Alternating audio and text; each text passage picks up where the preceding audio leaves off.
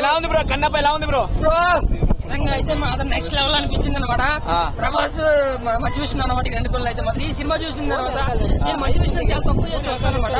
But ఈ సినిమాతో అతను కూడా ఒక ప్యాన్ ఇండియా హీరో అని చెప్పి నేను గుర్తిస్తున్నాను. ఇది 100 కోట్లు కాదు, నిజంగా ఒక 500 కోట్లు 1000 కోట్లు వచ్చే సినిమా అన్నమాట.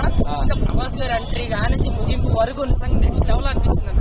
ఇంకా మోహన్ గారి క్యారెక్టర్ కానీ మోహన్ గారికి ఫైట్స్ ఉంటాయి, ఆ ఫైట్స్ అయితే నెక్స్ట్ లెవెల్ అనిపించింది. ఇంకా ఎటు వచ్చి మన తాత మోహన్ బాబు గారు ఆయన ఒక డీసెంట్ రోల్ లో వెళ్ళిపోయాడు అనమాట.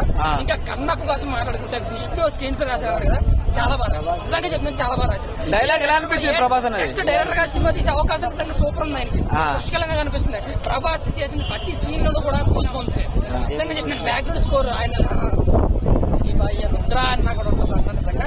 అది అక్షయ్ కుమార్ గారు కొంచెం గెటప్ సెట్ కావాలన్న ఇప్పుడే మైనస్. బట్ మిగతాదంతా కూడా మిగతా క్యారెక్టర్ కదా మోహన్ పక్కా అయిపోయాడు. ఇంకా పక్కా 500 కోట్ల సినిమా ఇది ప్రభాస్ గారిని పెట్టి 100 కోట్లు వస్తాయి. ప్రభాస్ గారు ఉన్నారు కాబట్టి 500 కోట్లు వస్తాయి. బ్రో ప్రభాస్ అన్న పెద్దలందరికీ పెద్ద డైలాగ్ ఎలా అనిపించింది? థియేటర్ లో ఎలా ఎంజాయ్ చేశారు? అలాగే చూపించారు. ఉన్న 25 మినిట్స్ కూడా చాలా అంటే చాలా బాగా హైలైట్ చూపించారు. వరకు చూసుకుంటే కన్నప్ప మూవీ ప్రభాస్ గారి వల్ల కదా, మంచి విష్ణు వల్ల కూడా బ్లాక్ బస్టర్. విష్ణు ప్రభాస్ అన్న విష్ణు అన్న ఫైట్ సీన్స్ ఎలా అనిపించాయి? సూపర్ అన్న. ఐదు సిల్లీగా ఉంటాయి కానీ చాలా చాలా రేంజ్ అనిపించింది.